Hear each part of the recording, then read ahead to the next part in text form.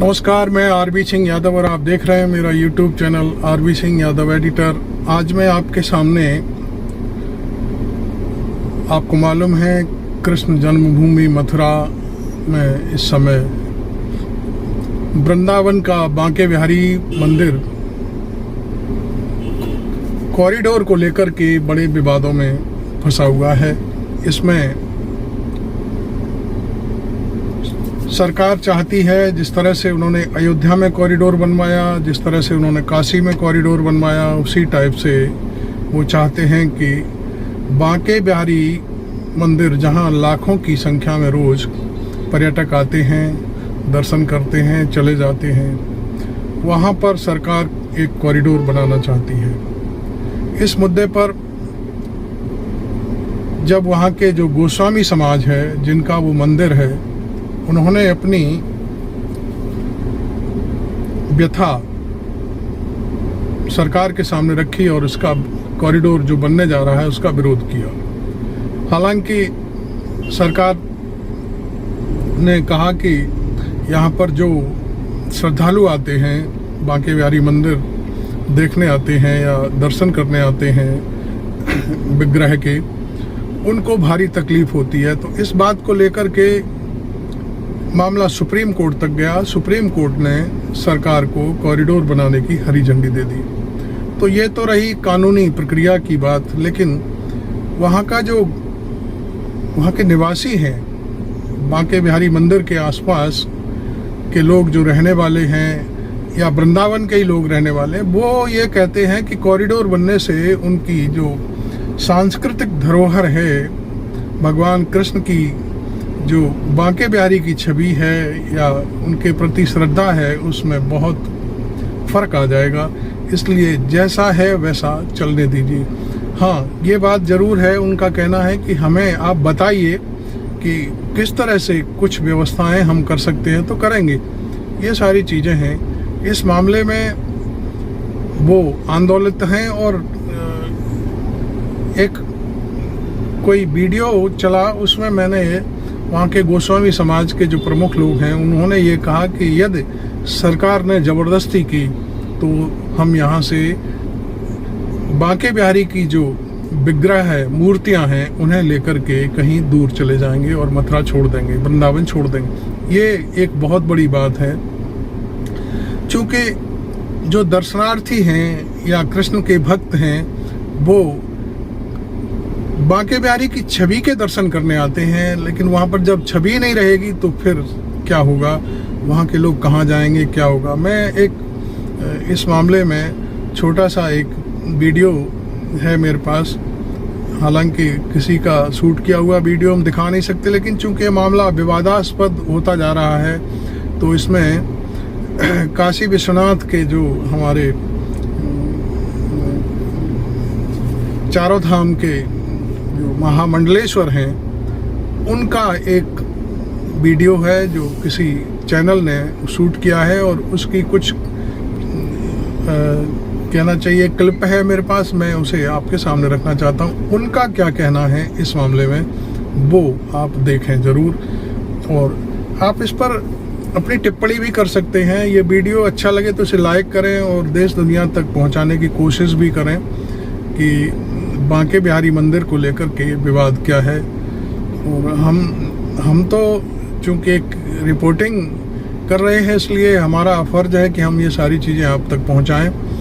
हम चाहते हैं कि आप इस पर अपनी राय रखें, टिप्पणी रखें और बात भी कहें। और आप ये वीडियो कहाँ से देख रहे हैं ज़रूर हमें बताएं। पहले हम जो हमारे शंकराचार्य जी हैं, उनकी क्या बात है, वो क्या चाहते हैं, उन्होंने क्या कहा है, वो आप सुन लीजिए। हमारा ये कहना है कि ये धर्म स्थल है, इसकी अपनी धार्मिक मर्यादा है, धार्मिक प्रविधि है यहाँ पर, इसलिए धर्मनिरपेक्ष सरकार को इसमें हस्तक्षेप नहीं करना चाहिए। अगर वहाँ पर श्रद्धालुओं के लिए कोई व्यवस्था की जानी है तो हमसे कहिए, हम धर्माचार्यगण मिल करके वहाँ बैठक करेंगे और श्रद्धालुओं के लिए जो जो आप चाहते होंगे आप सुझाएंगे तो भी, और हम श्रद्धालुओं से भी समझ लेंगे, हम कर देंगे।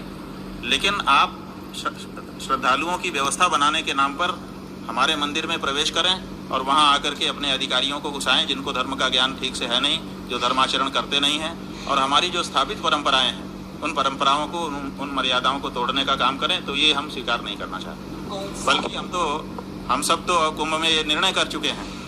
कुंभ में जो सब धर्माचारी इकट्ठा हुए थे वहाँ पर कई बैठकें हुई थी और ये निर्णय हो चुका है कि जो जो स्थान सरकार के द्वारा कहीं न कहीं से प्रभावित किए गए हैं, या तो अधिग्रहण के माध्यम से या ट्रस्ट आदि बना करके, उनको वापस मांगने के लिए हम लोग तैयारी कर रहे हैं। और ऐसे समय में आप हमारे एक ऐसे स्थान पे जो परंपरा से सुरक्षित संरक्षित है उसमें प्रवेश कर रहे हो, तो इसको हम कैसे स्वीकार करेंगे? इसके लिए आप हमसे अनुरोध करिए ना। धर्माचार्य हम है ना, हमारा परिसर है ना वो।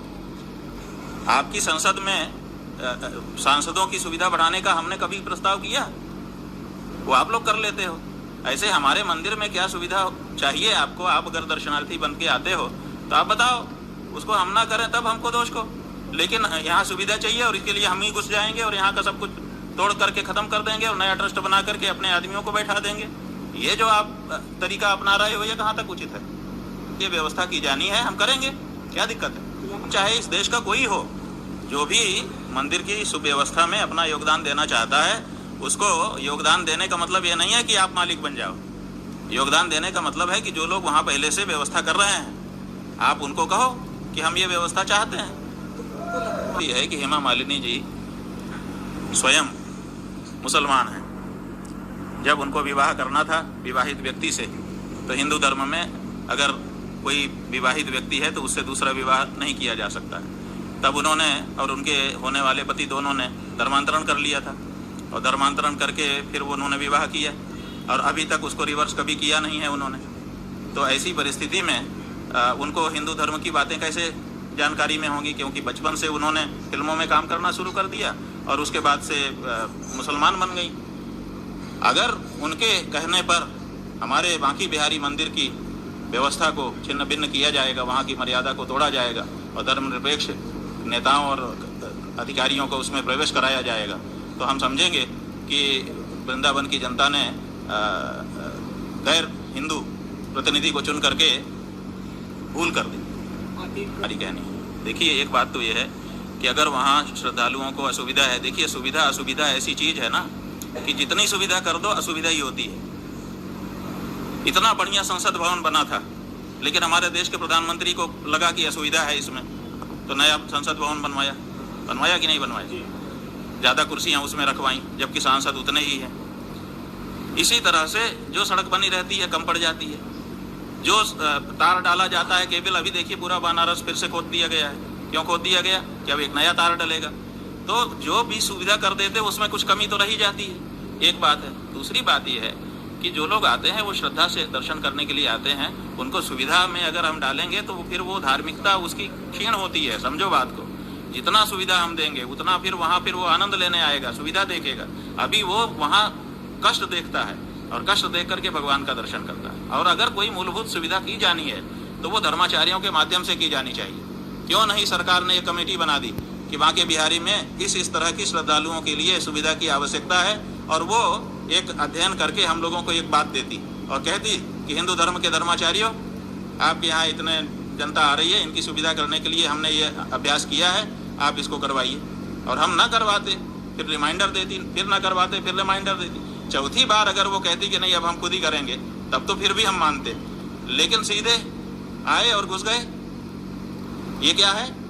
आप ये कौन सा कॉरिडोर बना रहे हैं? आप जो है प्रधानमंत्री और मुख्यमंत्री भगवान के दरवाजे तक गाड़ी लेके आ जाएं, इसकी सुविधा बनाते हो। बनारस में हमने देखा है, जिस बनारस में दूर तक हमारी गली बनी थी कि वहीं से आदमी अपना वाहन छोड़ दे। हमारे शास्त्र में लिखा है कि मंदिर जाने के लिए वाहन और पैर में पनही छोड़ देना पड़ता है। तो जहाँ से हम मंदिर की यात्रा शुरू करते हैं, तो लोग अपने घर से आते थे कि हम बनारस जा रहे हैं, और बनारस जाने के बाद जब गली के मुहाने पर आते थे तब कहते थे कि अब हम भगवान का दर्शन करने जा रहे हैं, और वहीं पर चप्पल और गाड़ी छोड़ देते थे, छाता जूता और टोपी छोड़ देते थे, और वहाँ से पैदल जाते थे। वो मर्यादा थी भगवान की। उसके बाद क्या हुआ?